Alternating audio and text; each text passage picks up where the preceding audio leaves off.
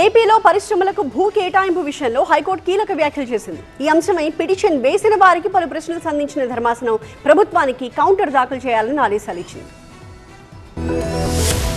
పరిశ్రమలకు భూముల కేటాయింపుల విషయంలో ప్రభుత్వానికి భారీ ఊరటనిచ్చింది ఆంధ్రప్రదేశ్ హైకోర్టు. పరిశ్రమల కోసం ప్రభుత్వం చేసిన భూ కేటాయింపులు రద్దు చేయాలంటూ వైసీపీ ఎంపీ గురుమూర్తి దాఖలు చేసిన పిటిషన్పై హైకోర్టు ధర్మాసనం మండిపడింది. ప్రోత్సాహకాలు ఇవ్వకపోతే ఏ రాష్ట్రంలో అయినా పెట్టుబడులు పెట్టేందుకు వ్యాపారవేత్తలు ఎలా ముందుకొస్తారని ప్రశ్నించింది.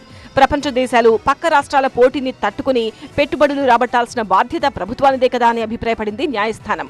పిటిషన్ విచారణ సందర్భంగా కీలక వ్యాఖ్యలు చేసింది ధర్మాసనం. ఈ పోటీ ప్రపంచంలో మార్కెట్ ధరకే భూములు ఇస్తామని ప్రభుత్వాలు మొండి పట్టుతో కూర్చుంటే కంపెనీలు దండం పెట్టి వెనక్కి వెళ్లిపోతాయని హైకోర్టు ధర్మాసనం వ్యాఖ్యానించింది. అంతేకాదు ప్రభుత్వం తీసుకునే విధానపరమైన నిర్ణయాల్లో కోర్టులు జోక్యం చేసుకోవని స్పష్టం చేసింది. ఈ అంశంలో కౌంటర్ దాఖలు చేయాలని ప్రభుత్వాన్ని ఆదేశించింది హైకోర్టు.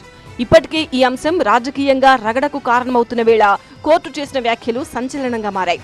విలువైన భూములను పరిశ్రమలకు కట్టబెడుతున్నారంటూ ప్రభుత్వంపై విమర్శలు గుప్పిస్తోంది వైసీపీ.